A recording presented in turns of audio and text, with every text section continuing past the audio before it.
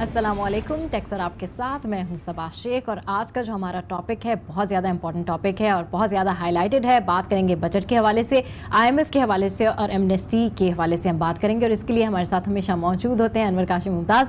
अस्सलाम वालेकुम सर, कैसे हैं आप? मैं ठीक हूं, आप बताएं। बिल्कुल ठीक ठाक सर। बजट का शोर है और साथ साथ IMF और एमनेस्टी के हवाले से भी कई बातें हो रही हैं। देखिए, बजट की गर्मी भी है, मौसम की गर्मी भी है, लेकिन सूरत हाल जो है वो क्योंकि बहुत ज़्यादा सख्त हो गई, इसलिए लोग परेशान बहुत हैं। हाँ। तो बस इस हवाले जो हमने आज टॉपिक उस पर अगर बात करते चलें तो बात यह है कि लास्ट ईयर जब एमनेस्टी का अनाउंसमेंट हो रहा था 2018 में, तो सबसे ज़्यादा अपोजिशन जो कि मौजूदा हुकूमत है और जो टैक्स फाइलर्स हैं वो उसको अपोज कर रहे थे। और पाकिस्तान की माशी सूरत हाल को अगर हम देखते हैं तो जब भी कोई ऐसे बुरहान आता है तो लोग कहते हैं एमनेस्टी ले आए और एमनेस्टी ला के जो है वो माशी बुरहान जो है सही किया जाए। तो हम अगर एक फ्लैशबैक करें तो पाकिस्तान की उसमें कोई 12 एमनेस्टी आ चुकी हैं और एमनेस्टी, लेकिन फिर भी रेवेन्यू टारगेट्स मीट नहीं होते, टैक्स फाइलर्स बढ़ते नहीं हैं, मईशत की हालत बेहतर नहीं होती। अब ये जो सूरत हाल है ये इतनी ज़्यादा ख़राब है कि लास्ट ईयर तक टैक्स फाइलर्स अपोज कर रहे थे, लेकिन सबसे ज़्यादा एमनेस्टी उन्होंने अवेल की है। सही। और ये क्यों मेरे लिए परेशान करना है कि FBR के पास जो लोग रजिस्टर्ड हैं उनका भी पूरा डेटा FBR के पास नहीं है। राइट, ठीक है। उन्होंने एमनेस्टी ली, इसका मतलब वो एसेट जो कि अनडिक्लेयर्ड थे और FBR के पास वो ऑलरेडी रजिस्टर्ड भी हैं, तो वो लोग भी जो हैं वो इस मतलब FBR की नज़र नहीं है उन पे। और जो लोग अनरजिस्टर्ड है उनकी तो क्या बात है, जो लोग नॉन फाइलर हैं वो तो अनडिक्लेयर्ड अकाउंट भी रखते हैं, अनडिक्लेयर्ड प्रॉपर्टी भी रखते हैं और FBR जो है उनको कुछ भी नहीं कहता। और FBR वही फरसूदा को लेके आगे बढ़ रहा होता है। सही। पाकिस्तान की जो टैक्स निज़ाम है, मईशत है, उसका सिर्फ एक ही हल है, वो है इन्फोर्समेंट, लेकिन मॉडल साइंसी बुनियादों पे होनी चाहिए। सर ये साइंसी बुनियादों का जो आपने जिक्र किया ना, इससे बहुत सारे लोग घबराते हैं क्योंकि बात वही आ जाती है, फिर जब आप किसी ऑटोमेटिक सिस्टम के थ्रू जाते हैं तो फिर आप एक दफा अगर एंटर हो जाते हैं तो फिर आप एंटर हो जाते हैं। दुनिया बहुत आगे जा चुकी है ना। आप लोग जो हैं वो टेक्नोलॉजी वाइज इतने ज्यादा ग्रो कर चुके हैं, इतने ज्यादा वो मैच्योर हो चुके हैं कि आपको वो 2 मिनट में मतलब आपको अलग कर देते हैं। तो अगर आपकी कैपेसिटी नहीं होगी, अगर आपके पास कैपेबिलिटी नहीं होगी तो आप उसको एड्रेस नहीं कर सके, उनको एंगेज नहीं कर सके। तो अब अगर आप फरसूदा निजाम पे कि आप छापे मार रहे हैं और जाके उनका उसको सील कर रहे हैं, तो ये टैक्स वालों को नहीं करना चाहिए। टैक्स वालों को ये काम नहीं करना चाहिए, उनको बैक हैंड काम करना चाहिए और जब उनके पास डेटा आ जाए तो वो रिवील करें। डेटा आ जाए तो फिर रिवील करना चाहिए। इकोनॉमिस्ट हैं मोहम्मद अली मीर, उन्होंने हमें ज्वाइन किया। अस्सलाम वालेकुम सर, बहुत शुक्रिया आपने टेक्स और आपके लिए वक्त निकाला। जी अनवर साहब क्या पूछना चाहिए? अस्सलाम वालेकुम। वालेकुम अस्सलाम, कैसे हैं अनवर भाई? मैं ठीक हूँ, आप बताएं, बड़े दिनों बाद बात हो रही है आपसे। जी बस ट्रैवलिंग हो रही थी। मैं सोच रहा था कि कोई इकोनॉमी की सूरत बेहतर हो तो आपको बुलाएं, लेकिन वो बेहतर होके ही नहीं दे रही।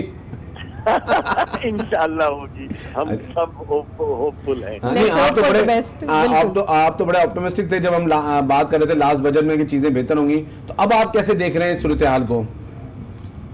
देखिए, इस वक्त मैं 1 महीना बचा है सिर्फ नए बजट आने में। पिछले वाले बजट में 2 दफा अमेंडमेंट्स आई थी, वो कंप्लीट बजट असद उमर के हाथ में नहीं था। मैं ये चाहूंगा कि अब मैं ये देखूं कि इस बजट में क्या इस्लाहात आती हैं। मेरी सब में बड़ी ख्वाहिश ये होगी कि इकोनॉमी की डॉक्यूमेंटेशन हो, FBR के अंदर चंद ऐसी रिफॉर्म्स लेकर आए जहां पे ह्यूमन इंटरेक्शन टैक्स पेयर से कम हो जाए, ताकि वो मैनिपुलेशन और खौफ खत्म हो। करंट अकाउंट डेफिसिट थोड़ा सा कम हुआ है, बैलेंस ऑफ पेमेंट्स में थोड़ी सी बेहतरी आई है। करंट अकाउंट इसलिए कम हो गया, इंपोर्ट पे पाबंदी लगाई। ये लोग कहते हैं कि ये वजह ये नहीं है कि इंपोर्ट आपने रोक दी, इस वजह से ये हुआ है। देखिए, इस वक्त ना इमरजेंसी मेजर्स लेने थे।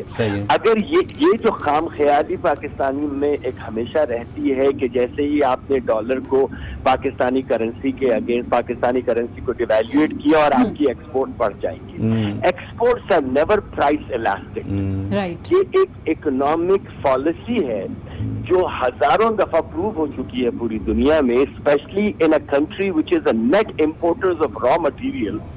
उसमें आप जब आप अपने करेंसी को फ्री फॉल में जाने देते हैं तो एक्सपोर्ट्स नहीं बढ़ते। नहीं, लेकिन ठीक है अमीर भाई, आपकी बात बिल्कुल सही है कि आप अपनी करेंसी को फ्री फॉल में जाने दे रहे हैं, लेकिन इशू यहाँ पे ये है कि जो पाकिस्तान की जो मेजॉरिटी 90% आबादी है, वो आपको भी पता है, हुकूमत को भी पता है कि वो जो है एक एक रुपए की वेरिएशन से जो है ना उनकी लाइफ जो है ना वो डिस्टर्ब हो जाती है।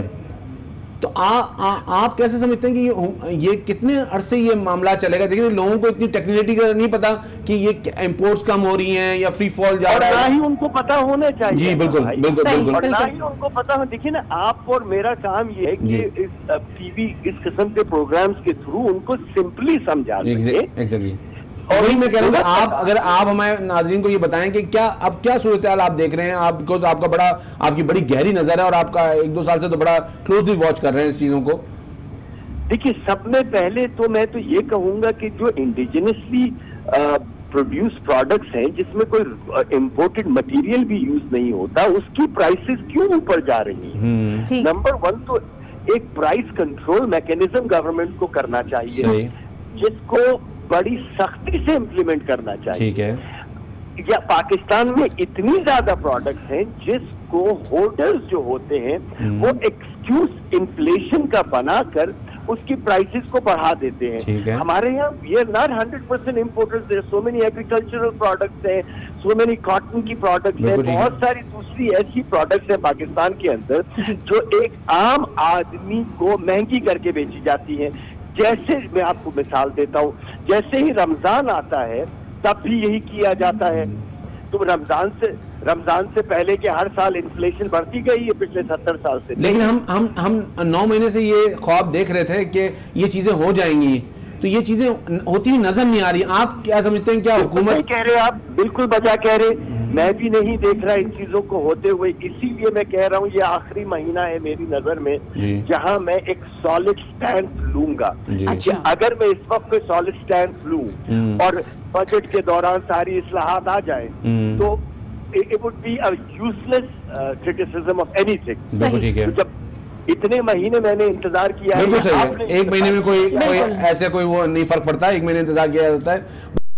बट ये कि आप अगर ये समझते हैं अगर ये इस्लाहात ले आए तो ये जो महंगाई है, ये जो बिजली का बढ़ान है, ये सब चीजों पे एड्रेस हो जाएगा? ये फौरन नहीं एड्रेस होगा अनवर भाई, बिल्कुल नहीं होगा। मैं ये चाहता हूँ कि आपके सारे नाजरीन और सामीन को ये पता चले कि अगर हम ये समझ रहे हैं कि आज ये बजट आया और कल से बेहतर चीजें होने लगेंगी, तो ये बिल्कुल नहीं होगी। ठीक है। इसकी इम्प्लीमेंटेशन पे डिपेंड करेगा। हम रूल्स बनाने में बेहतरीन है, हम उसकी इम्प्लीमेंटेशन में तकरीबन तकरीबन जीरो है। तो कोई ये फर्क ही नहीं पड़ेगा कि भाई इस्लाहात लाएं और ये बताएं असद उमर साहब कि अगले 3 महीने में ये बेहतरी आएगी, 4 में ये आएगी, 5वें में ये आएगी। आई वॉन्ट टू सी यार्डस्टिक्स।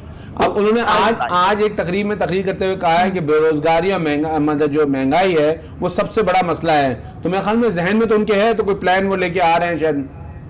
देखिए ना, इसीलिए मैं कह रहा हूँ जब अगर बेरोजगारी और महंगाई सब में बड़ा मसला है तो उसको आप कैसे एड्रेस कर रहे हैं? जी बिल्कुल, आप बताइए हमें, और उन एड्रेस के साथ आप हमें टाइमलाइन दीजिए। देखिए, अगर आप डॉक्टर के पास भी जाते हैं बुखार की दवाई लेने के लिए तो वो आपको कहता है कि जी 6ठे दिन तक आपका बुखार उतर जाएगा। राइट। तो अगर ना उतरे, अच्छा, लेकिन तो भाई आपकी तो काफी गहरी नजर है इस बात पे, तो आप क्या समझते हैं, क्या इनको ऐसे चंद इकदाम आप अगर उनके लिए उनको एडवाइस कर देंगे क्या करने चाहिए जो वो लें तो बेहतरी की तरफ जाया जा सकता है?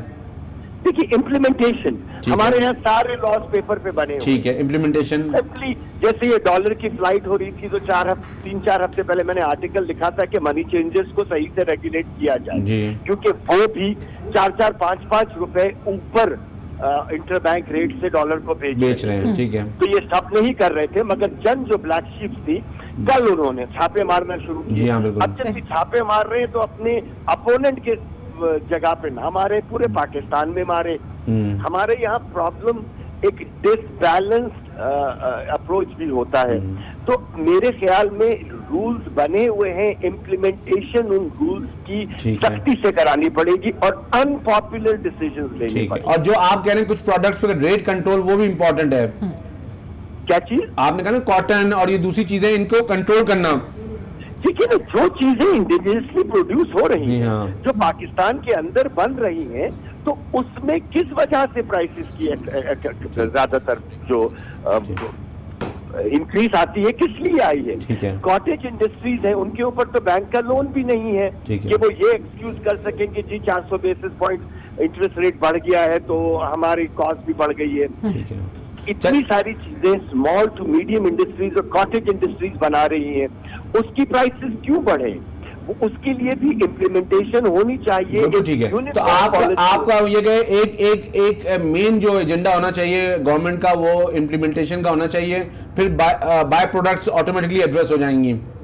बिल्कुल होंगी। देखिए, जहां पर जायज है प्राइसेस को इंक्रीज होना, वहां हमें और आपको पता है, एक आम आदमी को नहीं पता है कि जी इसमें से 70% इम्पोर्ट आता है रॉ मटेरियल का, तो उन डॉलर की वजह से उसकी कॉस्ट बढ़ गई है। मगर मेरी नजर में 60 से 70% जो प्रोडक्ट्स है उसमें प्राइसेस बढ़ने की कोई जरूरत है ही नहीं, सिवाय इसके कि जखीरा अंदोजों ने इसको एक अपॉर्चुनिटी समझ के किसी के ऊपर, दूसरे के ऊपर इल्जाम लगा के प्राइसेस बढ़ा रहे, सेम थिंग जैसे रमजान में होता। ठीक है, रमजान के बाद आपको बहुत शुक्रिया, आपका मौका आ गया। मेरे ख्याल में हम ये जो प्रपोजल बजट का लेके आ रही है गवर्नमेंट, उसके बाद फिर आपसे बात करेंगे कि वो कितने राइट डायरेक्शन में है, और हम आपकी बात से एग्री करते हैं कि ये जो सूरत हाल है ये इतनी जल्दी सही नहीं होने वाली, इसमें थोड़ा टाइम लगेगा, लेकिन उम्मीद ये करते हैं कि जितनी जल्दी सही हो सके वो लोगों के लिए बेहतर होगा। बिल्कुल सही कह रहे हैं कि जितनी जल्दी सही लोगों के लिए बेहतर होगा। और बहुत जबरदस्त वो बात करें कि रूल्स बना तो लेते हैं हम, लेकिन उसके ऊपर इम्प्लीमेंटेशन नहीं होती। हाँ, और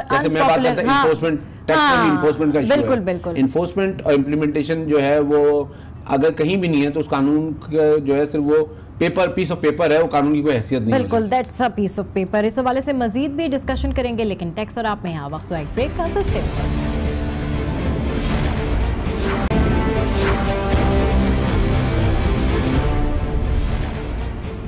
सो वेलकम बैक। नाउ आज हम बात करें एमनेस्टी के हवाले से, IMF के हवाले से और बजट के हवाले से। सर, आने वाले टैक्स निज़ाम में क्या इस्लाहात ज़रूरी हैं?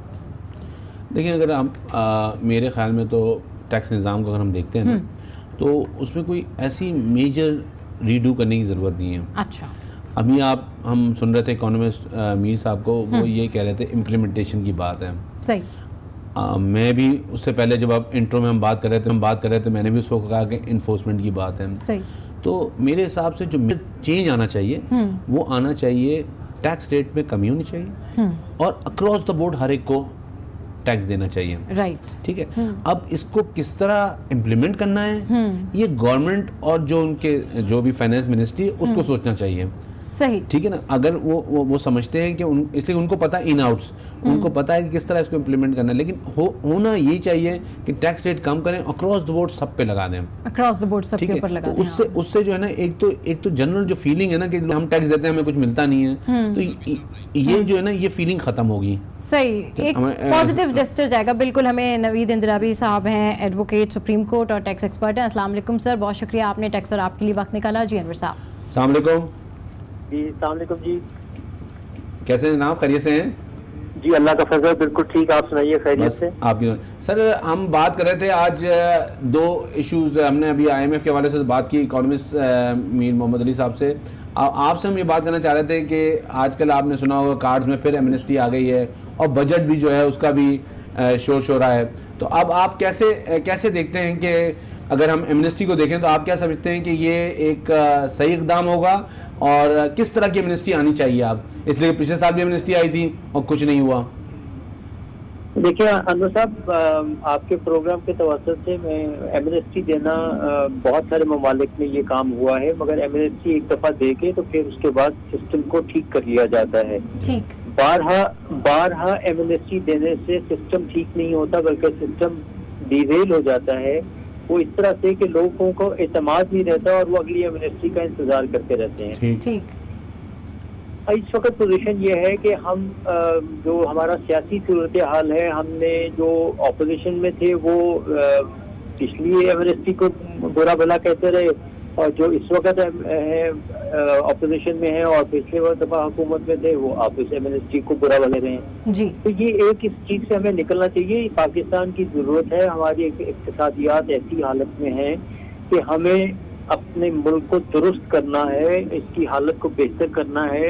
अगर आप अपने जो रीसेंट हमारे जो ग्रोथ रेट्स हैं जो हमें साउथ एशिया के ममालिक में जा रहे हैं, उसकी अगर आप तशवीशनाक सूरत को देखें तो पाकिस्तान की जो सूरत है वो ये है कि हम अगर 2018 में हमारा जीडीपी ग्रोथ अगर कि मैं आपको साउथ एशिया के हवाले से वर्ल्ड बैंक रिपोर्ट के हवाले से बता रहा हूँ कि 5.8% हमारी ग्रोथ थी 2018 में, जो हम एक्सपेक्ट कर रहे हैं कि 2019 में 3.4 हो जाएगी और 2020 में 2.7 हो जाएगी। डिक्लाइन मोड में जी, डिक्लाइनिंग मोड में है ये। हम जो साउथ ईस्ट एशिया के ममालिक हैं उसमें हमारा सबसे कम नंबर है। ठीक है, तो इस हालत को हमने ठीक करना है, हमें इसको ओन करना है। और आपको अभी ये भी मालूम होगा कि IMF के पास जो हम जा रहे हैं, यानी कि आज वाले दिन में हमें मीटिंग के लिए जाना था। रवि साहब, आपकी बात बिल्कुल मेरे समझ में आ गई, लेकिन मेरा एक बुनियादी सवाल है। देखिए, बात ये हो रही है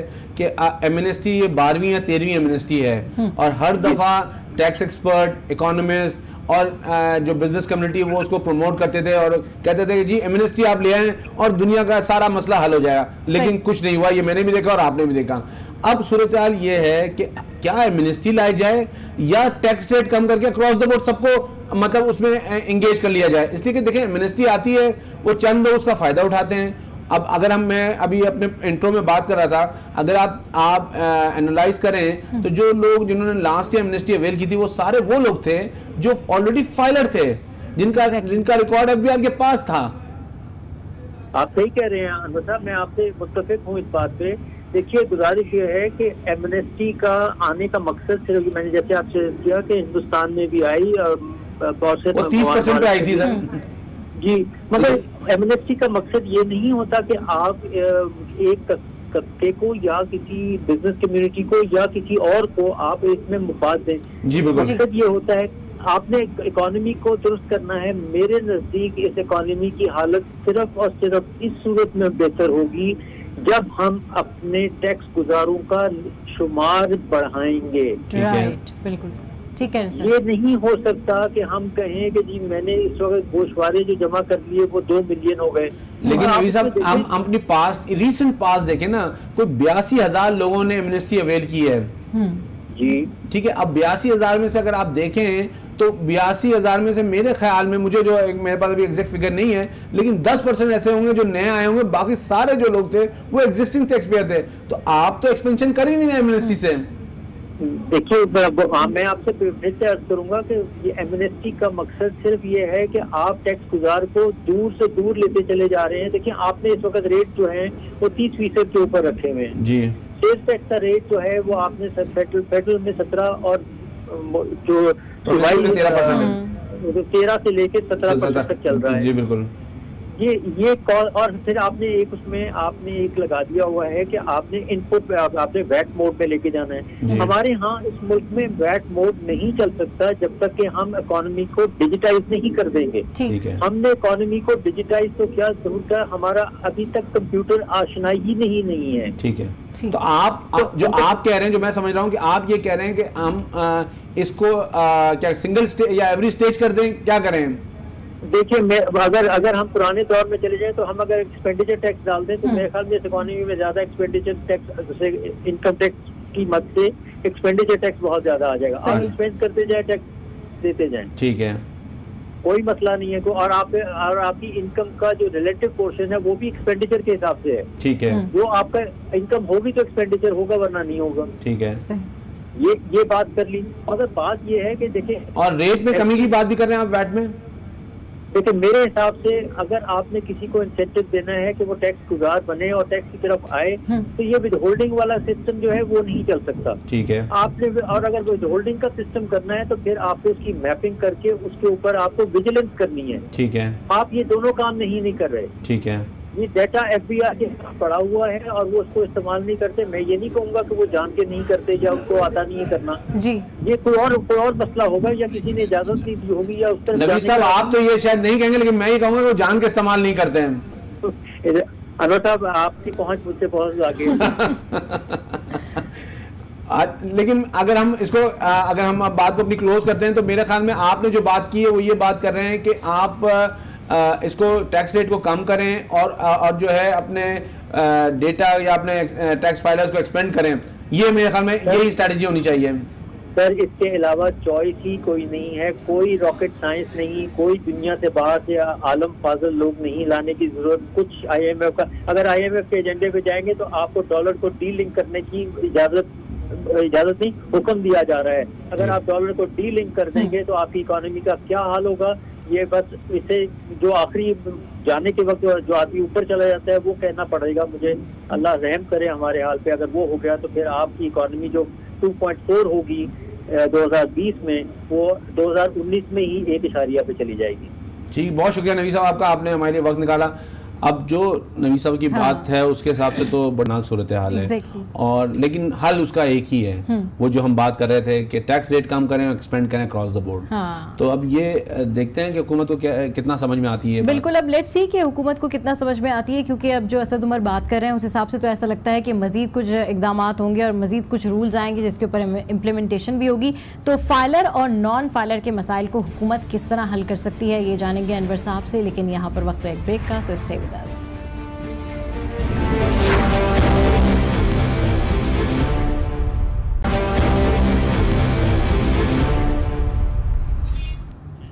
सो वेलकम बैक। नाउ हम आज अपने शो में बात कर रहे हैं एमनेस्टी के हवाले से, IMF के हवाले से और बजट के हवाले से, और इन्हीं तीनों टॉपिक्स के हवाले से अगर आपके कुछ क्वेश्चंस है तो आप हमें कॉल भी कर सकते हैं और पूछ सकते हैं अपनी तमाम क्यूरीज। अच्छा अनवर साहब, फाइलर और नॉन फाइलर एक बड़ा इशू है और हम हमेशा इस बारे में बात भी करते हैं, डिस्कशन भी करते हैं।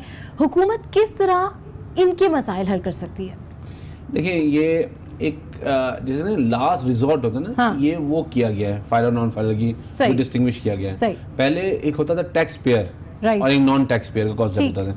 अब वो उन्होंने कहा कि जी जो रिटर्न फाइल करेगा वो फाइलर है और जो नहीं फाइल करेगा वो नॉन फाइलर है। अब नॉन फाइलर के लिए उन्होंने टैक्स रेट बढ़ाते गए। अच्छा, इसको लोगों ने अप्रिशिएट भी किया। अच्छा, ठीक है ना, लेकिन ये कहीं जो डेवलप इकोनॉमीज हैं टैक्स की, वहां नहीं होता ऐसा। सही, वहां सिस्टम खुद ब खुद कैच कर लेता है, कोई नॉन फाइलर रहता ही नहीं है। नॉन फाइलर लेकिन आज इंफॉर्मेशन टेक्नोलॉजी की दुनिया में ये कहना कि मैं किसी को ट्रेस नहीं कर सकता, ये बेवकूफी की बात लगती है। सही, बिल्कुल। वो लोग अमोकन की जन्नत में रहते हैं जो ये कहें कि हम किसी को पकड़ नहीं सकते आज कल इंफॉर्मेशन टेक्नोलॉजी में।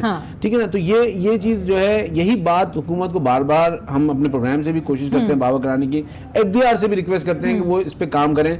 लेकिन वो जो आपको पता है कि यहाँ पे सूरत हाल यही है कि वो कन्वेंशनल अप्रोच प्रिवेल करती है कि वो लकीर के फकीर हैं, वो वही चीज़ों को लेके चलते रहते हैं। तो अब उन्होंने एक ये लेके आए फाइलर, ऑल्दो हम अप्रिशिएट कर रहे हैं इसको, फाइलर नॉन फाइलर होना चाहिए, लेकिन बात ये है कि आप नॉन फाइलर से जब ज्यादा टैक्स ले रहे हैं तो आपके उसका डेटा आ गया। सही, अब अगले साल वो नॉन फाइलर नहीं रहना चाहिए, लेकिन वो अगले साल भी नॉन फाइलर है। इसका मतलब ये है कि आप उससे सिर्फ पैसा लेना चाहते हैं, उसको डॉक्यूमेंट नहीं करना चाहते हैं। ये जब सबसे बड़ा ड्रॉबैक है। सही, ठीक है ना, आप नॉन फाइलर रखें, आपने टैक्स काटा, उसके बाद वो आदमी नॉन फाइलर नहीं रहना चाहिए, बहुत जबरदस्त आपने बात की कि अगर आपके पास डेटा आ ही गया है तो फिर अगले साल तो एटलीस्ट आप इसका मतलब ये जैसे वो बात हो रही नवी साहब, मैं तो नहीं कह सकता, लेकिन मैं कह सकता हूँ कि आप उस पर इकदाम नहीं कर रहे, आप उस पर एक्शन नहीं ले रहे, आपके पास डेटा है, आपके कोई वेस्टेड इंटरेस्ट है, आपकी कोई मसाइल हैं, आपकी कोई कॉम्प्रोमाइजेज हैं। सही, तो इस वजह से ये मसाइल जो है वो बरकरार रहते हैं। अच्छा, कुछ ट्वीट्स भी हम शामिल करते हैं,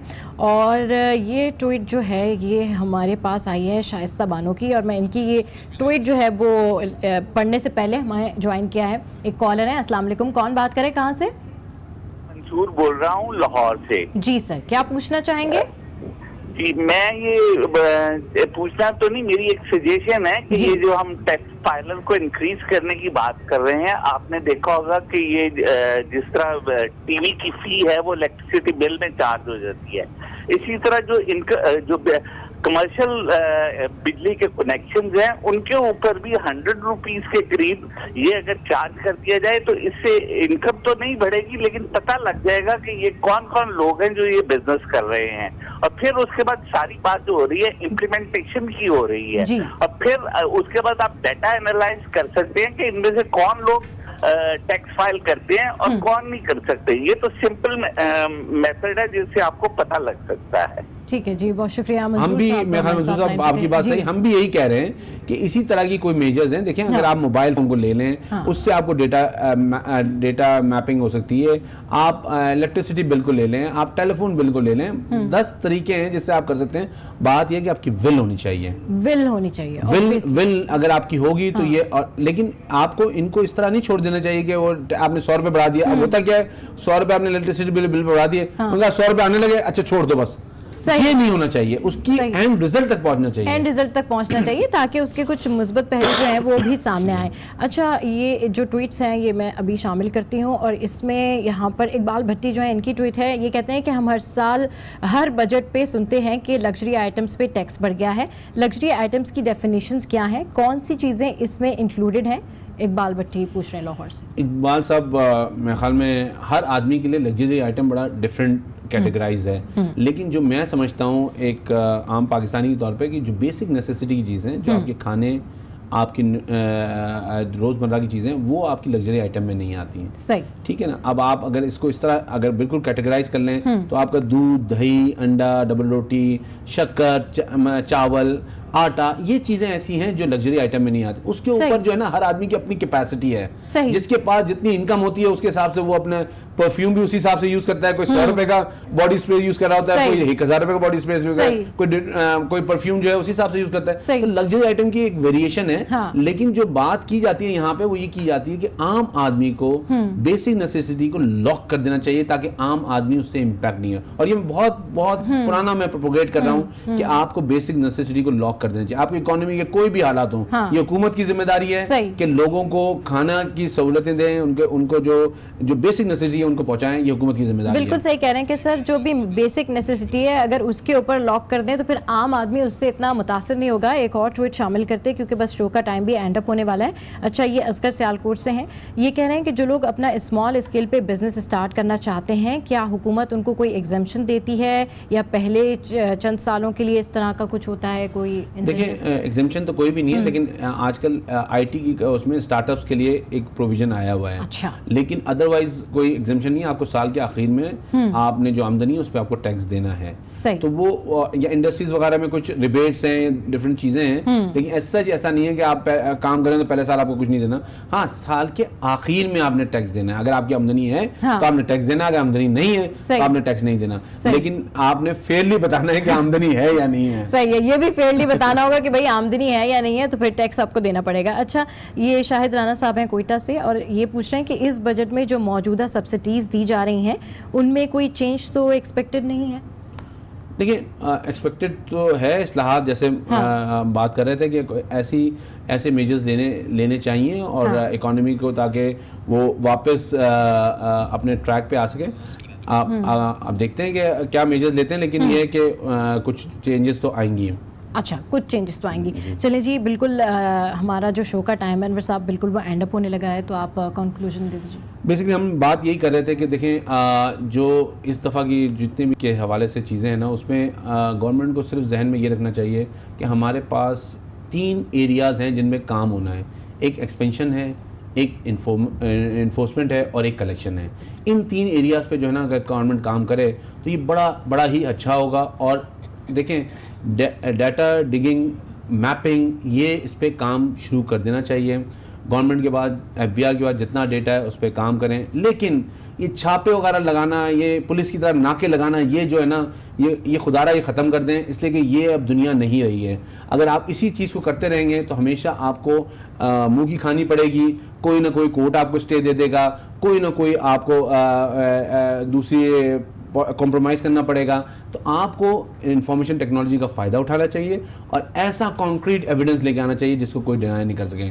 पाकिस्तान का टैक्स निज़ाम इसी तरह मजबूत हो सकता है कि जब तक हम इसको पूरी तरह अक्रॉस द बुक इम्प्लीमेंट ना करें। मजबूत टैक्स निज़ाम, मजबूत पाकिस्तान। बिल्कुल, मजबूत टैक्स निज़ाम, मजबूत पाकिस्तान, और इम्प्लीमेंटेशन की अशद ज़रूरत है क्योंकि रूल्स तो हम बना लेते हैं लेकिन इम्प्लीमेंट नहीं हो पाता। तो आज का शो आपको कैसा लगा ये बता सकते हैं हमारी सोशल साइट पर, सो फॉलो करते रहिए टैक्स सर आप।